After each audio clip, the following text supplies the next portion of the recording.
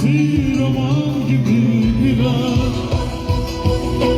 Ucuna sesinisin, ucunun içinisin. Yaşasın Allah, sen gülümse daima.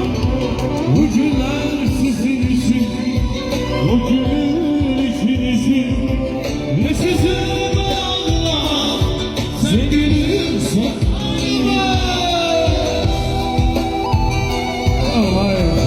Sağ ol, hadi. Mübarek olsun, mübarek. Tüm eliniz ayağım olsun. Eş olsun, eş olsun.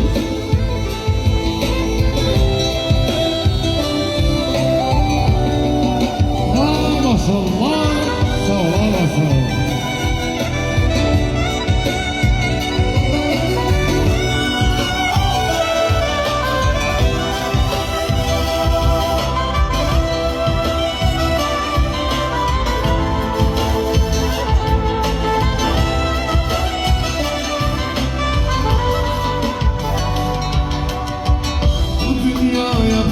Gülemeyeceğim bir şey.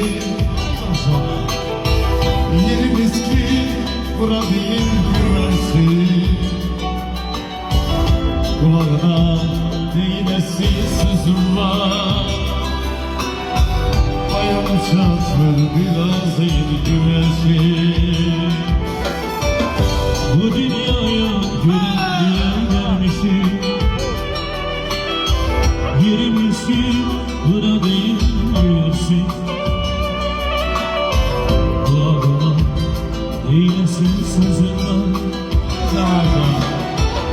Oyun satır biraz eğri.